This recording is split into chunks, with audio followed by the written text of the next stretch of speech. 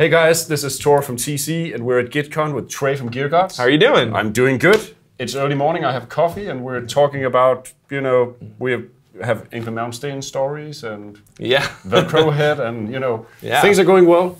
So can you tell us a little bit about yourself? Sure. You just said that you used to go to Berklee. So when did you start playing guitar and realize that you wanted to be serious enough about it to actually go to Berklee? That is a great question. Actually, I started playing guitar for the dumbest reason. I went to like a summer camp, and it felt like all of the kids there knew how to play guitar. Like there was one guitar, and it would we'd sit around the campfire, and the kids would bang out these 3-chord wonders, and I was like, how do you do that?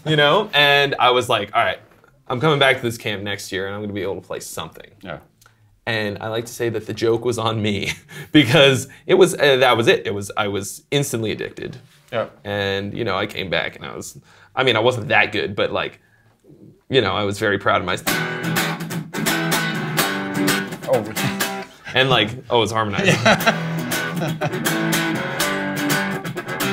And I from there started listening to that kind of alt rock. Yeah. That was the kind of stuff that I started out on, and then I played a bunch of punk, and then I very quickly realized that I could play all of those songs pretty much right away. And then of course I did the guitarist thing where I was like, oh well, it's boring to play on guitar, so I don't really want to listen to it anymore, which is dumb because who cares? That's kind of what led me into metal. Yeah. And I started listening to bands like Blind Guardian and Dream Theater, and that's when I was like, oh shit. When the first time I heard John Petrucci, I was like, I need to start practicing, and seriously dedicate myself to this. Because as soon as I heard that kind of stuff, I knew right away that that's what I wanted to do. Actually, before that, I wanted to be an actor. Oh. Obviously, that didn't work out. But for the GearGods YouTube channel, I'm in front of a camera all the time, like I am right now. And so that kind of doing drama in high school and all that kind of stuff helped a lot. So at this point, first hearing these metal bands and stuff, I'm about 15, and 16 is when I'm really starting to get into it and spend a lot of time practicing and isolating myself from the world, becoming less socially adept. And then it was probably around 17, I was like, well, I have to start thinking about what college I'm going to go to. I already lived in Boston. Yeah. That's where I'm from, the suburbs of Boston, Arlington. The first year of college, I went to Berklee. I lived at home and I commuted, and it was really cool. I learned a lot.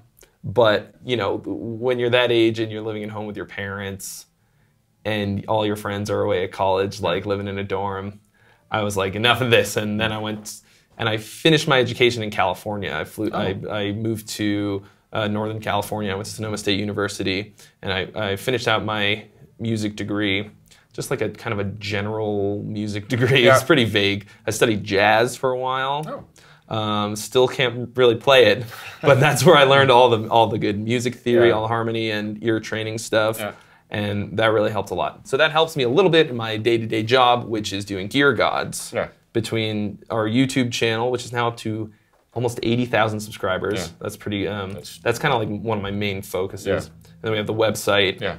I'm the editor-in-chief. I'm the head honcho. We've got some a couple other guys that we work with or that work for us, and and our website is growing a lot. GearGods.net. We've got everything from artist interviews, rig rundowns, lessons for various different kinds of instruments. Gear reviews, obviously, is a big one.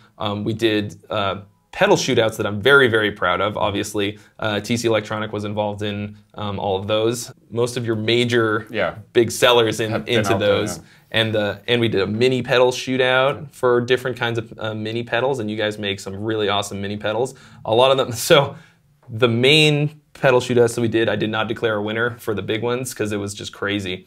But man, the mini pedal shootout, the whole thing was I was trying to build myself a mini pedal board, like a fly rig.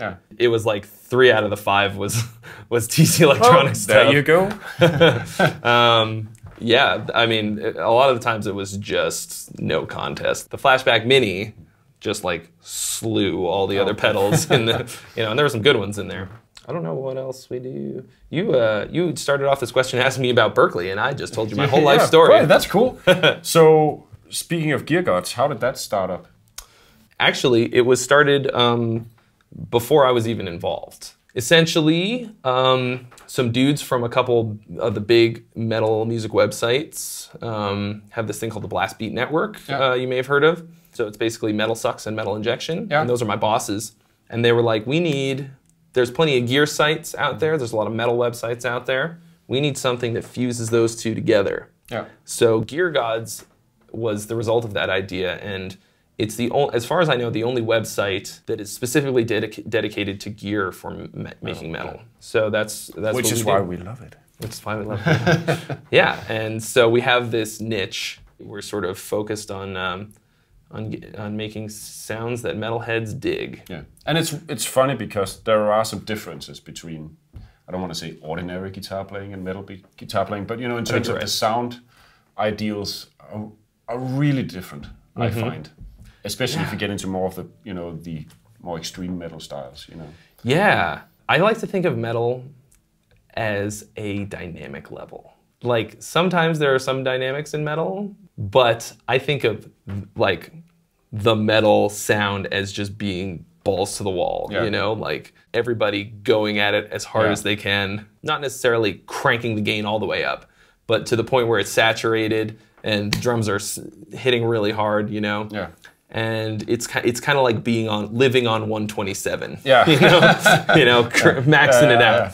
And there's some like very interesting and unique things that happen when you do that. Like just last night we were having this discussion about the cranked plexi, and I think they did a video here of what it actually sounds like, and when you just roll across and to put everything up to 10, and if you're used to playing like jazz or whatever, like something, it seems like overkill, but there's a certain, I hate the word magical, but it's like a specific magical thing that happens when you're doing that. There's a harmonic richness in all of the instruments that you're doing it with. When you hit the drum really hard, when you hit the strings really hard on your guitar, and you've got a nice saturation going of some kind. I also think with that crank Marshall thing, it almost feels like driving too fast on the freeway, because it's so loud that you kind of go like, is this even okay? I can I can almost feel it in my stomach. Am I allowed to do this? Yeah. So so that's kind of the feeling that we're going for, and a lot of the other genres of music think that we're crazy and that it's overkill, but like I was telling you earlier, my personal motto is that there is no such thing as overkill. And there you go. On that note, thanks so much for, man. for dropping by. Hell yeah. That was fun.